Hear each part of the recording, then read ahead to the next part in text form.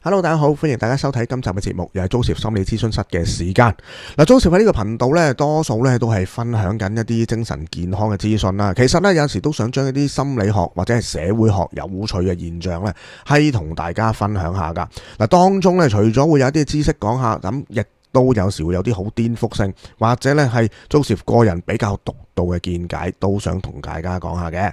今集呢又會同大家講一個呢相當之經典嘅古仔，涉及到呢係一啲社會嘅現象噶。如果你第一次睇呢條頻道呢，咁呢條頻道呢就會講一啲心理啦，或者精神健康，甚至乎係人生嘅議題。除咗正路咁樣同大家分享一啲資訊，亦都會喺窿窿罅罅揾一啲顛覆性，有啲似是而非，原來又似非而是嘅一啲嘢呢，同大家傾下噶。如果大家感興趣嘅話，記得要訂閱同埋 like 呢條片啊，仲要喺留言區話俾我知你有啲咩想傾下，有啲咩知或者唔知嘅，都可以大家一齊討論一下噶。言歸正傳，講下今天啦。今天咧應該可能係 Joseph 咧比較少會提及嘅話題，就係一個心理學嘅議題嚟噶。咁話說點解我會突然之間想講呢個社會心理學咧？關於社會現象咧，就係因為我最近咧都籌備緊一個咧心理學嘅課程啦，當中咧都會教到咧就關於社會心理學噶，同埋 Joseph 自己本身喺讀心理之前咧都係社會學嘅畢業生吓，咁所以咧就對呢方面嘅觀察咧都比較敏感。今日咧會同大家講下咧一個叫做咧旁觀者效應嘅社會現象噶。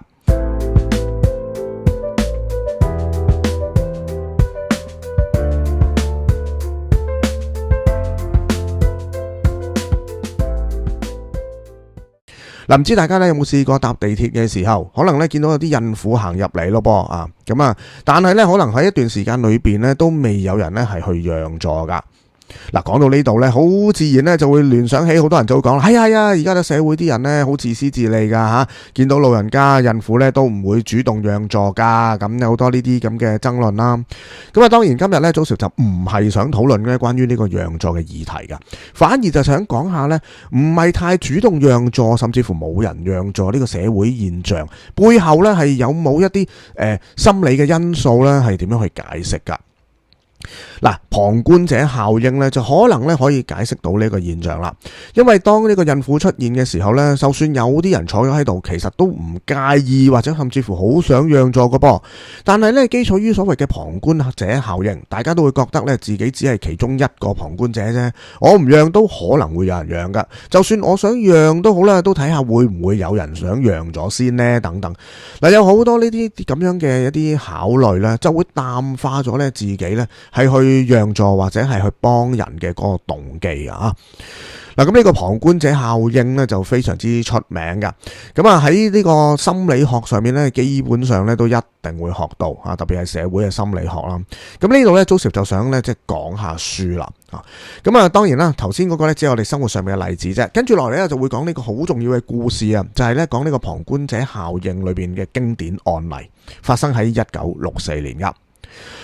係咁樣嘅，話說咧就1964年3月啦，喺美國啊，咁都好多年前啦，計翻而家都有成係差唔多60幾年前啦。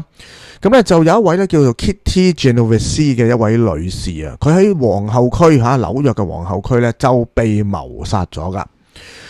當時咧紐約時報咧就報道啊，哇呢個案咧就好震驚咗成個城市，因為咧據稱啊就有38名嘅鄰居係目睹啊呢一宗嘅謀殺案，而且過程咧係長達半小時，竟然咧都冇人及時報警或者介入，結果咧受害者就死亡啦。咁呢件事一報道出嚟咧，當然就震驚整個社會，甚至乎咧就之後啊就一直咧都被心理學呢個學界咧就引用啊作為咧呢個社會心理學旁觀者效應嘅一個經典案例啊。咁所以當大家去睇一啲心理學嘅書籍或者去搜尋一啲網站嘅時候咧，應該都唔難揾到啊呢個 Kitty Genovese 呢個謀殺案啦嘅故事嘅來龍去脈噶。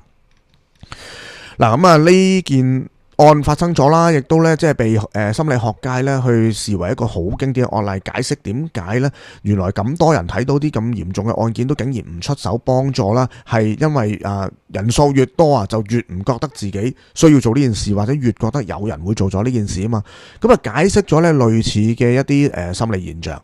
咁此後咧就大部分嘅心理學嘅教科書都有講及噶啦，或者咧你喺呢個網絡上都揾到好多，大部分都會講冇人介入啦，或者咧係警方咧就喺呢個受害者死亡之後被通知啦。幾乎好多嘅文章同埋書本裏邊都提及38名目擊者喺窗外係觀看咗半個鐘啊，哇都唔去幫手。所以咧，你諗下呢個旁觀者效應係幾咁恐怖啊！令到個社會咧係幾咁冷漠啦。嗱，今時今日咧，如果大家繼續喺呢個網絡上面嘅搜尋啦，大概有60%至70%咧都繼續會引用呢個經典案例去說明咧社會心理學上面呢個旁觀者效應嘅。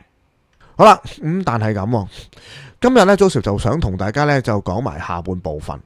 但係原來咧呢一個咧故事咧，並不是咧係事實之全部嘅噃啊！喺呢個2007年嘅時候咧，就已經咧係被發現啦吓，又唔係發現嘅，應該係被再次提出啫。呢一個古仔咧裏邊嘅內容咧，大部分咧都係不實噶。第一，呢個兇徒啦對呢位女士嘅攻擊咧，原來咧係分咗2個階段。唔係報道所講咧，就係連續30分鐘不停咁攻擊，瘋狂咁樣捅個死者而冇人去插手。第二咧，當中咧亦都完全唔係冇人報警啊，至少有2個人報警。不過咧，當時嘅警方咧回應咧就延遲咗噶，因為當時咧未有911嘅系統添啊，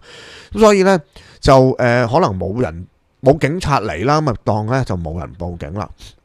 咁呢啲咧，原來咧即係最初個故事嘅版本咧，係完全咧就係錯誤嘅噃嚇，真正咧就完全唔係咁嘅嚇，係好多人咧都有份去參與，甚至乎咧係有啲街坊咧就喝令呢個兇徒快啲走啊，所以個兇徒咧係真係走咗嘅。不過後來唔知點解再翻去個兇案現場咧，再捅多佢幾刀啊，咁跟住咧就俾警察拉咗。嗱，原來咧事實咧個真相咧係咁樣，但係喺過去嘅嗰幾十年裏邊咧，差唔多超過半個世紀啦，呢個錯誤嘅版本咧係一直都被視為係真，仲要俾咁多嘅大學教科書係引用成為咗咧我哋心理學上面一個經典案例，到今日咧都仲未被更正噶。咁所以大家可以見到咧，原來一啲錯誤嘅資訊咧係可以咁樣咧，係不停咁誤傳啦，同埋咧係種咗落去咧我哋嘅認知當中。咁當然啦，第二個社會嘅現象嘅觀察咧，針對翻呢件事件咧，就係話，其實原來人啦都有個好特別嘅傾向，就係對於一啲負面嘅偏差嗱，一啲負面嘅偏誤，我哋叫 negative bias 啦，係會優先注意嘅。對於一啲負面嘅嘢，哇，社會幾冷淡，哇，睇住38人睇住佢30分鐘俾人狂懟都唔報警啊！對於呢啲咁樣嘅即係唔好嘅嘢咧，大家係比較容易接受同埋相信，所以喺社會上面嗰啲負面信息咧，就好容易咧就會被散播啊，甚至乎自己發生自己身上嘅事啊，每一天咯，都係傾向於容易去關注同埋牢記住嗰啲負面嘅嘢㗎啊。咁如果你話唔係話有2人報警，咁啊最後死者都不治，咁一件簡單嘅新聞咧就冇人會去記住佢啦咁所以咧即係呢個亦都係另一個我哋叫做負面偏誤嘅社會現象啦。同埋咧就係一個叫持續影響效應啦啊，就係當我哋咧接收到修正咗個資訊之後啦，咁其實呢件事都唔係而家先講噶吓，唔係我發現噶，喺好多年之前咧，其實呢個紐約時報吓，如果睇翻資料啦，就係喺2016年啦吓，其實已經承認咗呢個報道係失實噶啦，雖然都好耐，2016年都好耐啦吓，咁所以好多心理學界學者其實全部都知道噶啦，但係我哋發現而家都2026年啦吓，喺網絡上面嘅資訊甚至乎教科書上面仍然都係冇被更正嘅，所以一樣錯嘅嘢呢係可以繼續去流傳係好耐噶啊，甚至乎大家都信咗佢，就攞住呢樣嘢嚟討論，甚至乎進行教學，咁呢個呢都好值得呢係我哋去即係關心同埋注意啦。嗱，咁咧，即係呢個現象咧，大家都可以不妨再諗下啦。即係最近，即係我諗好多香港人都會留意嘅，就係呢個安全帶嘅呢個強制攬安全帶嘅法例係嘛嚇，大家都喺度傾，都係屬於一個社會現象。不過喺芸芸嘅討論當中咧，就越嚟越多信息咧係出咗嚟啦嚇。咁啊，例如可能有人就會話參考過啲外國嘅慣例啊，人哋嘅法例都係咁啊咁。有啲咧就話咧原來呢個法例只係針對咧2016年1月唔知幾多號之後登記嘅巴士先至生效啊。有啲咧就話當年咧係呢個係大埔車禍事件啦，喺呢份報告上面啦就話主張鼓勵咧係應該要強制立法啊等等。嗱，但係原來而家又發現好多嘅資訊咧都係不實噶。有人話咧其實當年份報告根本就冇主張過話要立法嘅，甚至乎話要慎重考慮。最多淨係話加裝安全帶咋咁。亦都有人發現咧，原來外國嗰啲巴士咧亦都冇強制話要攬安全帶嘅嚇，有啲咧甚至乎咧係冇安全帶添㗎嚇，甚至乎咧今日都有人講根本呢個法例咧就唔影響晒所有舊嘅巴士，而且咧由嗰日2026年1月20幾號到而家根本就冇新登嘅巴士。換言之，所有嘅巴士你上去咧都冇話強制要攬安全帶。嗱，租少咧就冇時間，亦都唔知咧呢啲邊啲咧係真邊啲係假啦。不過根據今日我哋所學習到，假消息就好容易咧係傳播嘅，亦都咧好容易被相信啦。咁所以最緊要都係我哋自己要去求證啊，要帶住一個咧好顛覆性嘅思想去求真啦。去揾出咧究竟事實真相係點啊？咁我哋咧先至唔會做錯嘢。無論係咧對於社會嘅現象啦，定係自己精神健康啊，都要搞清搞楚，多角度多維度去思考噶。好啦，今日咧我哋就講到呢度啦。唔知今日呢個話題比較特別少少啦，但係會唔會都俾到大家一啲嘅啟發啦？歡迎喺留言區話俾我知啊，或者你都有讀開心理學，係咪你讀書嘅時候都讀咗呢個案例呢？如果係嘅，記住啦，我哋下次就唔好再講啦。好啦，今日我哋嚟到呢度，下次再見，拜拜。